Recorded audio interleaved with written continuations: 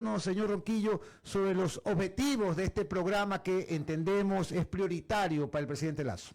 Sí, muy buenos días. Primero que nada, gracias por la invitación. Un saludo a todo el panel y a quienes nos están escuchando en las ondas de Radio Centro.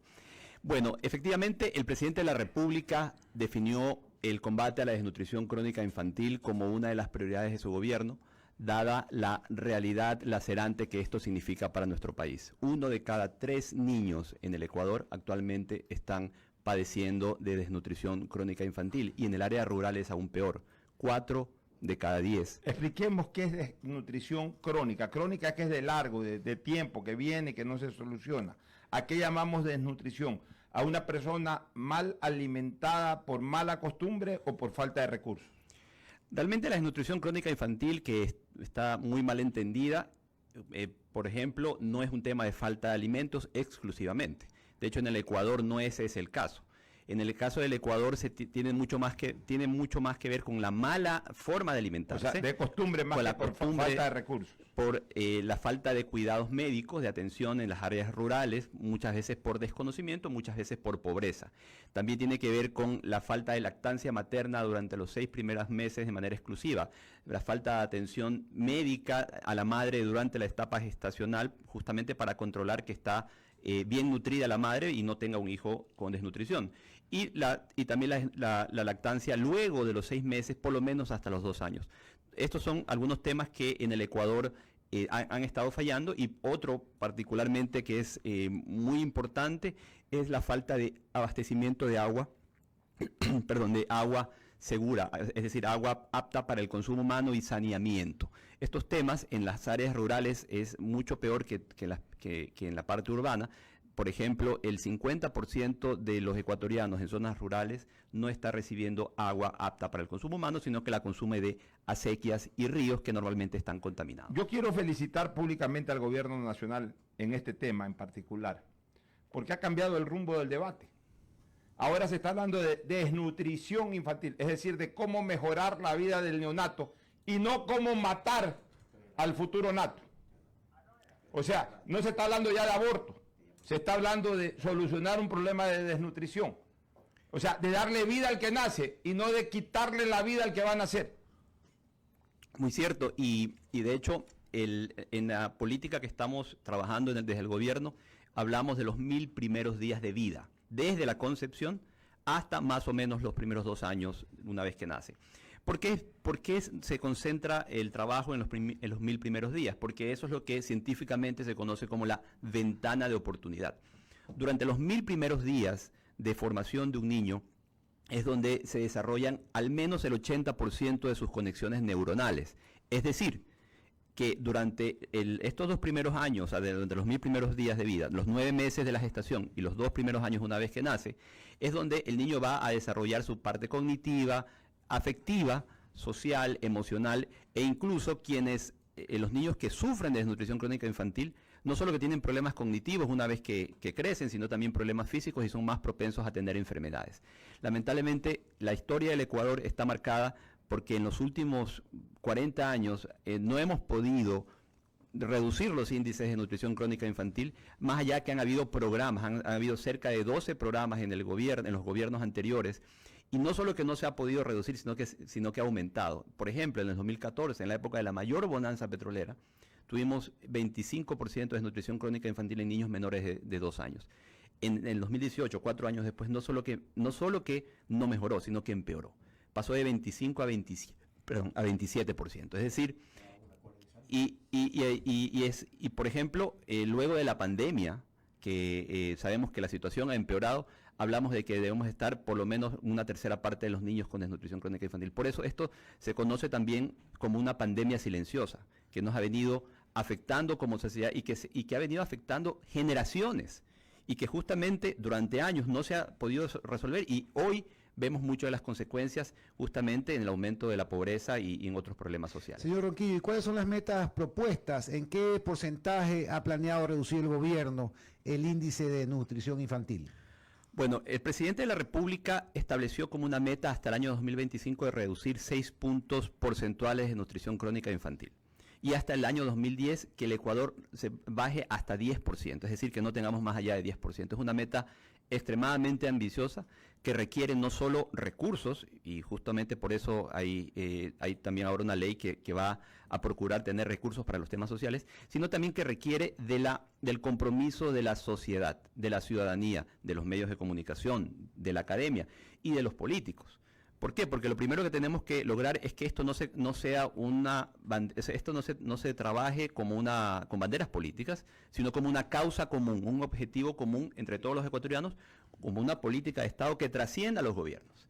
Y que, por ejemplo, como fue la vacunación, donde todos trabajamos en conjunto, nadie estaba pensando en quién se beneficiaba o no de este tema, sino que todos como sociedad trabajemos en conjunto en el objetivo de reducir la desnutrición crónica infantil pensando en los niños. Oiga, estoy leyendo su último tuit, Erwin. Dice que en 8 días ha visitado el país, costa, sierra y oriente, ha estado en Archidona, en Santa Marianita, en Cotacachi, que ha conocido historias de doña Ofelia, doña Magdalena, las hermanas Felisa y Alida. ¿Y qué ha aprendido? ¿Qué aprendió? Las distintas realidades que existen dentro de nuestro país. Tenemos, por ejemplo, en el caso de doña Ofelia, que ella vive en Archidona, ella es partera y tiene una asociación de parteras. Entonces, en el caso de la Amazonía, donde hay mucha resistencia, por ejemplo, a irse a chequear donde los médicos, las parteras son clave para el combate a la desnutrición crónica infantil, porque son las que tienen el contacto con la comunidad, con las señoras, con quienes tal vez no confían en los médicos occidentales, por decirlo de alguna manera, pero ellas, al tener en nosotros el contacto con ellas y poder también transmitirles los mensajes, les aseguro que lo entienden súper bien y entienden la importancia de tomar ciertas precauciones y de tomar cierto cambio de cultura, cambio de hábitos a favor del niño que tiene en su vientre. En el caso de, por ejemplo, doña Magdalena, que también ella nos dejó un video muy interesante, ella en cambio está en una zona rural agrícola. Ella nos enseñaba cómo las madres, las mujeres de esa tierra cultivan y le piden al presidente que les ayude a conseguir mercados, a que abran mercados. Cuando fuimos a Santa Marianita, ahí en cambio la situación era distinta. En Santa Marianita, es un pueblo pescador, ahí nos falta pescado, por ejemplo, ¿no? Ahí en cambio lo que nos pedían es que les ayudemos a mejorar el centro de salud, porque ellas en cambio sí dependen mucho del centro de salud y la atención médica. ¿Y cuáles son los parámetros que determinan, por ejemplo? Porque tenemos que nosotros empaparnos un poco en esto. Vemos nuestros amiguitos, las personas que trabajan con nosotros, colaboradores. ¿Cuáles son los parámetros que determinamos para tener un niño con desnutrición crónica infantil? ¿Y cuáles son los parámetros que necesitamos incrementar para poderlo sacar de esto, no?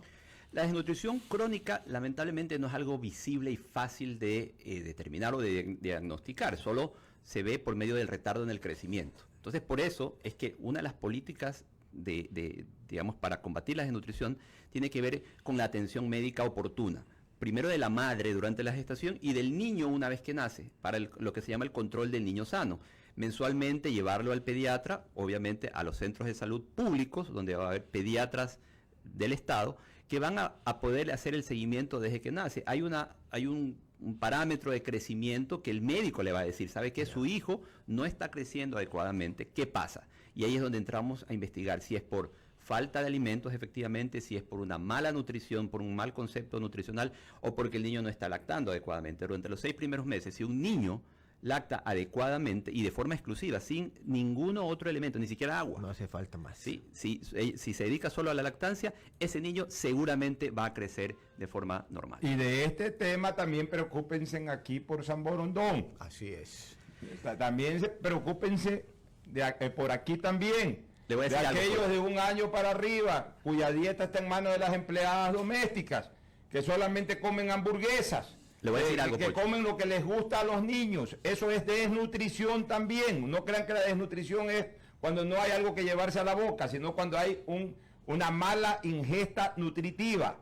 Comer solo hamburguesa es sinónimo de desnutrición. Comer solo pizza es sinónimo de desnutrición. En nuestra vieja época, a mí mi mamá me obligaba a comer ensalada de melloco. Porque hasta en el melloco había vitaminas y proteínas.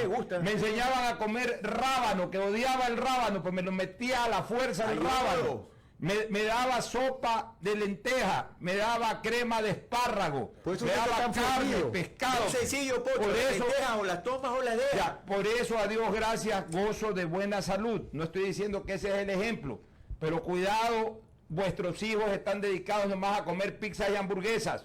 Preocúpense de la nutrición de los pelados, por favor, que la desnutrición no solamente es por falta de llevar comida a la boca, sino de llevarla en mala calidad. Señor Roquillo, ¿usted quería acotar algo? Sí, yo le quería comentar algo justo a lo que menciona el Pocho.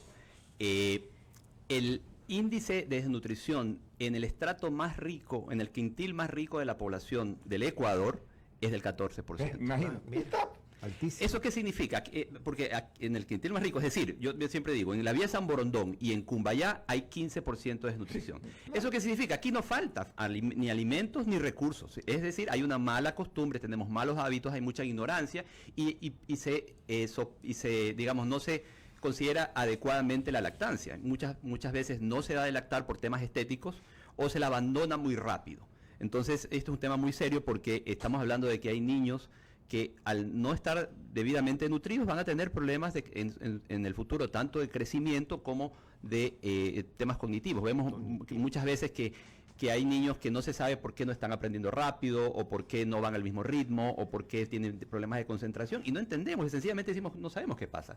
Bueno, mucho tiene que ver porque ese niño no tuvo o una buena nutrición en los 1000 primeros días de vida, y también por falta de afecto. Un dato que me estremece, en Ecuador, 1 de cada 4 niños menores de 5 años no alcanza la talla esperada. ¿Por qué causa esto? Por la desnutrición crónica infantil. Así Sí, y justamente esa es la preocupación del presidente Guillermo Lasso, y es por eso que las políticas sociales del gobierno tienen que ser financiadas con una ley como la ley de creación de oportunidades, y esto es muy importante. Bueno, muchísimas gracias a Erwin Ronquillo, secretario técnico